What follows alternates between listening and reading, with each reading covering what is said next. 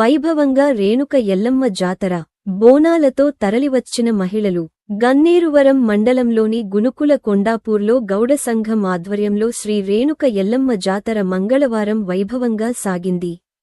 జాతరలో భాగంగా అమ్మవారికి పెద్దపట్నంతో పాటు కళ్యాణం నిర్వహించారు. మహిళలు తలపై బోనాలు మోస్తూ డప్పు చప్పుల నడుమ శివసత్తుల పూనకాలతో అమ్మవారి ఆలయానికి చేరుకొని నైవేద్యాలు సమర్పించారు. యువకులు ఉత్సాహంగా గడపావనంతో చేసిన నృత్యాలు పలువురిని ఆకర్షించాయి. ఏడాదికి ఒక్కసారి నిర్వహించే ఈ జాతరకు వివిధ గ్రామాల నుండి వేల సంఖ్యలో భక్తులు హాజరు కావడంతో గురుకుల కొండాపూర్ వీధులు ఆలయ ఆవరణ జనసమూహంతో కిక్కిరిసిపోయాయి. జాతరలో గల్ఫ్ సేవా సమితి వారు చలివేంద్రాన్ని ఏర్పాటు చేసి భక్తుల దాహార్తిని తీర్చారు. ఎలాంటి అవాంఛనీయ సంఘటనలు జరగకుండా ఎస్ఐ జి నరేందర్ రెడ్డి ఆధ్వర్యంలో గట్టి బందోబస్తు ఏర్పాటు చేశారు.